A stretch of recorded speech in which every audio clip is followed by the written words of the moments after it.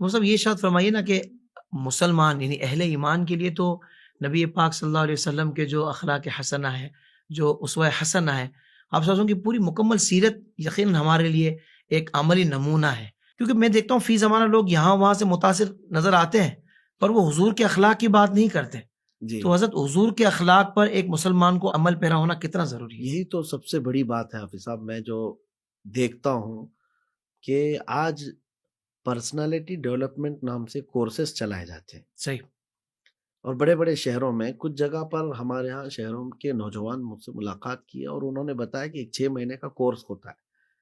میں نے ان سے معلوم کیا کہ کیا ہوتا ہے. کہا کہ ہم جو ہے ڈگری تو کر چکے ہیں, یہ پرسنالٹی ڈیولپمنٹ میں جو ہے ہمیں آداب سکھائے جاتے ہیں, اخلاق پرسنالٹی کو گروم کرنے کے لیے. ہاں, کہ آپ لوگوں سے ملیں تو کس طرح سے, بیٹھیں تو کس طرح کیا سے, بات. ہینڈ شیک کیسے کرنا ہے, اور کھانے کے برتن کہاں رکھنا ہے, چمچ کہاں رکھنا ہے, یہ ساری چیزیں سکھائی جاتی ہیں.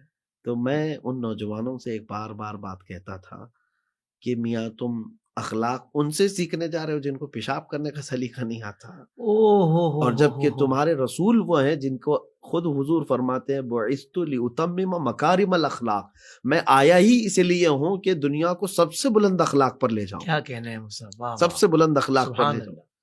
حضور پاک صلی اللہ تعالیٰ علیہ وسلم اس دور میں اخلاق سکھا رہے تھے جب اخلاق نام کی چیز نہیں رہ گئی تھی. یہ بھی پوائنٹ ہے کہ اس دور میں سکھا رہے تھے کہ جب یہ چیز تھی نہیں. نہ عورتوں کے ساتھ میل جول یا پردے, یہ سارے معاملات کہاں سے آئے؟ عورتوں کی طرف غلط نگاہ نہ اٹھانا, یہ بلند اخلاق میں سے نہیں ہے. صدق, امانت, اخلاص, یہ ساری چیزیں اس وقت کی ہیں.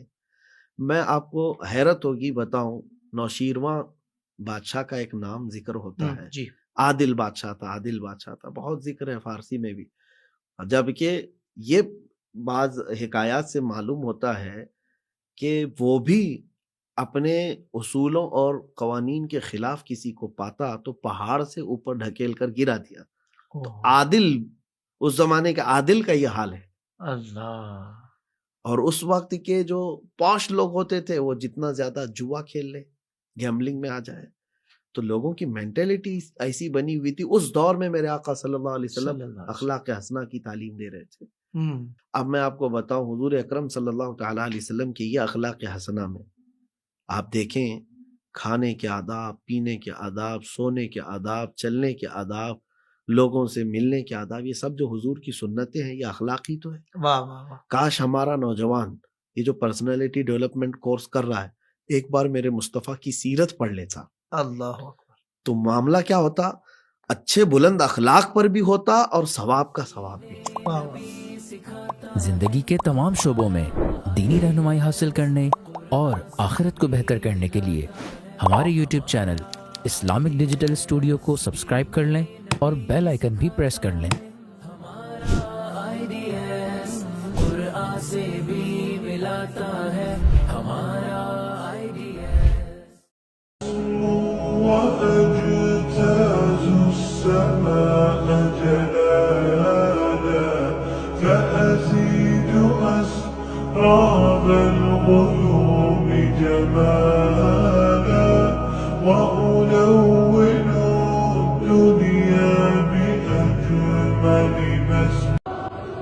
الحمد لله رب العالمين الرحمن الرحيم Again.